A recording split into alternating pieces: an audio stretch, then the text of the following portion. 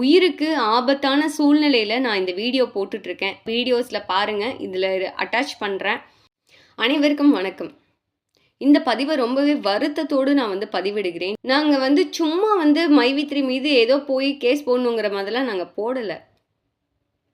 பணம் போட்டோம், எங்களுக்கு பணம் வரலை. அதுக்காக நாங்கள் ஏமாந்து போன காரணத்தினால் நாங்கள் போய் கேஸ் போட்டிருந்தோம். மனுதாரர் செய்த குற்றத்தின் தீவிரத்தை கருத்தில் கொண்டு மேலும் பரிசீலிக்க வேண்டும். சாட்சிகளை அதனால் சாட்சிகளை சீர்குலைக்கவும் தடையாக இருக்கும் வாய்ப்பு உள்ளது. விசாரணையை பொருளாதார குற்றமாகவும் சமூகத்திற்கு பெரும் காயத்தை ஏற்படுத்தியது கூட மனுதாரர் இந்த நீதிமன்றத்தில் சரணடைந்தாலும் இந்த நீதிமன்றம் அதை விரும்பலை. மனுதாரர் குற்றம் சாட்டப்பட்டவருக்கு ஜாமீன் வழங்கவும் நீதிமன்றம் விரும்பலை அப்படின்னு சொல்லியிருக்காங்க. இதனை அடுத்து ஜாமீன் மனு தள்ளுபடி செய்யப்படாதே, ஜாமீன் ரத்து செஞ்சுட்டாங்க. ஆனால் கார்த்திக் பிள்ளை அவர்கள் ஸ்டார்டிங்லேருந்தே எங்களுடைய ரிட் பெட்டிஷனில் ஒரே ஒரு பாயிண்ட்டை மட்டும் எடுத்து உங்ககிட்ட படித்து காமிச்சாங்க. அதாவது என்னென்னா, ஃபேஸ் கேர் பேக்கு நாங்கள் வாங்கலை, எங்களுக்கு கொடுக்கல அப்படிங்கிறத மட்டுமே உங்கள்கிட்ட ப்ரொஜெக்ட் பண்ணாங்க ஒழிய, நாங்கள் எங்களுடைய ரிட் பெட்டிஷனை படித்து பாருங்கள், அப்போ உங்களுக்கு தெரியும் இந்த கம்பெனியில் என்னென்னலாம் உறுதிமொழி சொன்னாங்க. இந்த கம்பெனிக்குள்ளே போனதுக்கப்புறம் தான் தெரிஞ்சுது நாங்கள் எப்படிலாம் ஏமாந்து போயிருக்கோங்கிறது எல்லாமே. நாங்கள் பாயிண்ட்டாக நாங்கள் எல்லாமே எடுத்து கொடுத்து தான் நாங்கள் கேஸே போட்டிருக்கோம். மக்களே, தயவு செஞ்சு புரிஞ்சுக்கோங்க. இங்கே யாரும் மைவி3 மக்கள்னு தனியாக யாருமே கிடையாது. நம்ம எல்லாரும் ஒரே இனத்தவர்கள் தான்.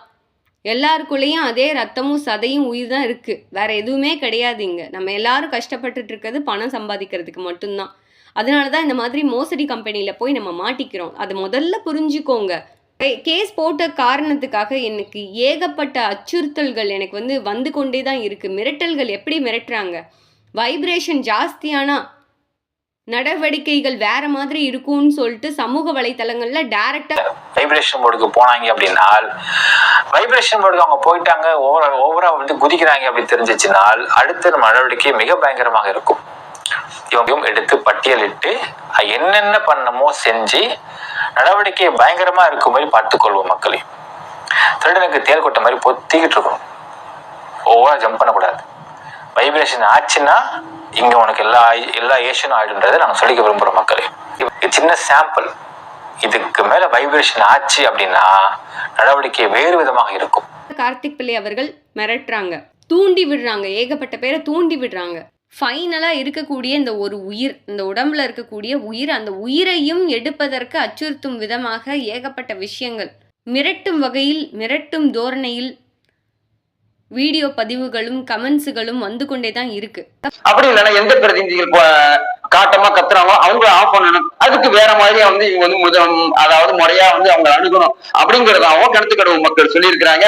இதுல மெயின் ஆபீஸ இப்ப பூட்டி இருக்கிற அடிப்படையில இது அந்த கடைகள் மூலமாக எங்கெல்லாம் ஷாப் ஓபன் பண்ணி மைவி3 ஆடு ஷாப் ஓபன் பண்ணிருக்காங்களோ அங்க வச்சு பேச்சுவார்த்தை நடத்தலாம் அப்படின்னு சொல்லிட்டு இதை திருப்பூர்ல வச்சு நடத்த போறதா சொல்லியிருக்காங்க. அசோக் ஸ்ரீநிதியை திருப்பூருக்கு கூப்பிட்டு அவருக்கு சரியான முறையில கொடுக்கணும் அப்படின்னு சொல்லியிருக்காங்க. எப்படி கொடுக்க போறாங்கன்னு தெரியல. கையில கொடுக்க போறாங்களா இல்ல உடம்புல கொடுக்க போறாங்கன்னு தெரியல. சோ இது இந்த சால்வ் ஆயிடுச்சுன்னா மட்டும்தான் சக்தி ஆனந்தனால மிக அடுத்த லெவலுக்கு போக முடியும். அதனால 75 லட்சம் பேரு பார்க்கக்கூடிய இந்த ஆடு நிறுவனத்தை எந்த காலத்திலும் நம்ம மூட முடியாது அப்படின்னு சொல்லிட்டோம். அதோட மெயின் எம்டி சொல்லியிருக்கிறாரு, அதோட அசிஸ்டன்ட் சொல்லியிருக்கிறாரு, அவங்க குடும்பத்துல இருக்கக்கூடிய உறுப்பினர்கள் சொல்லிட்டு இருக்கிற அடிப்படையில ஒரு வீடியோ வருது, அதை பாருங்க. அதாவது என்னன்னா, அசோக் ஸ்ரீநிதியை கூப்பிட்டு வச்சு நம்ம பேச்சுவார்த்தை நடத்தணும். அதாவது என்னன்னா, மைவி3 ஸ்டோர்ல நம்ம ஒரு இது செலக்ட் பண்ணி, அதுவும் திருப்பூர் பிளேஸ்ன்னு சொல்றாங்க. திருப்பூர் பிளேஸ்ல கூட்டு அசோக் ஸ்ரீநிதிக்கு நல்லா கொடுக்க வேண்டியது கொடுத்தா அப்படின்னு சொல்லிட்டு அவங்களுடைய கையோட ஆக்ஷன் பார்த்தீங்கன்னா இப்படி இருக்கு. கொடுக்க வேண்டியதை கொடுத்தா அப்படின்னு சொல்றாங்க. இப்படின்னா என்ன எனக்கு புரியல. எனக்கு நான் இருக்கிற இடமும் திருப்பூர் தான். ஏன் இவங்க திருப்பூரை சூஸ் பண்ணணும்? இந்த கேஸ் கொடுத்ததுனால எங்களுக்கு நடக்க போற உயிருக்கு ஆபத்து தரக்கூடிய விளைவுகள், இவங்களுடைய சதி திட்டங்கள் என்ன?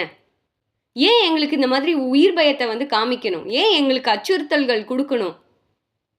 வீட்டை விட்டு வெளியில போறதுக்கே பயந்துட்டு இருக்கேங்க. பல்லடம் காவல் நிலையத்தில் கார்த்திக் பிள்ளைக்கும் இதற்கு உடந்தையாக இருந்த நபர்கள் மீதும் இன்னைக்கு வரைக்கும் என்னுடைய ஃபோன் லொக்கேஷனை ட்ராக் பண்ணி ஹேக் பண்ணுறது, பொய்யான கருத்துக்களை பதிவிடுறதுக்கு கார்த்திக் பிள்ளைக்கு எடுத்து கொடுத்ததுலேருந்து யாரெல்லாம் இதற்கு துணை போனார்களோ அனைவர் மீதும் நடவடிக்கை எடுக்க கூறி புகார் கொடுத்தாச்சுங்க. உண்மையை பேசின ஒரு காரணத்துக்காக உண்மையாக போயிட்டு ஒரு கேஸ் கொடுத்ததுக்காக நாங்கள் தண்டனை அனுபவிக்க வேண்டுமா?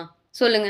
எங்களுடைய பெண்மையை கொச்சப்படுத்தி அவதூறாக பேசி என்னென்னமோ கதை கட்டி விட்டு கதை திரிச்சு தொடர்ந்து வரும் மிரட்டல்களுக்கும் அச்சுறுத்தல்களுக்கும் இந்த மாதிரி அவதூறு பேச்சுகளுக்கும் கார்த்திக் பிள்ளை சமூக வலைத்தளங்களில் எங்களை பற்றி தவறான பொய்யான கருத்துக்களை பதிவிடுவதற்கு யாரெல்லாம் உடந்தையாக இருந்தார்களோ, அது என்னுடைய குடும்ப உறுப்பினர்களாக இருக்கட்டும், என்னுடைய பெற்றோர்களாக இருக்கட்டும், என்னுடைய கணவன் வீட்டார், என்னுடைய கணவனுக்கு துணை போனவர்கள், கோவையை சேர்ந்த சிலர் எனக்கு ஆகாதவங்களா இருக்கட்டும், இல்லை மைவி3 கம்பெனி உறுப்பினர்களாக இருக்கட்டும், யாரெல்லாம் இதற்கு துணை போனார்களோ இவங்க எல்லார் மீதும் உடனடியாக நடவடிக்கை எடுக்க வேண்டும்னு சொல்லி காவல்துறையினரை வேண்டி கேட்டுக்கொள்கின்றேன். நன்றி, வணக்கம்.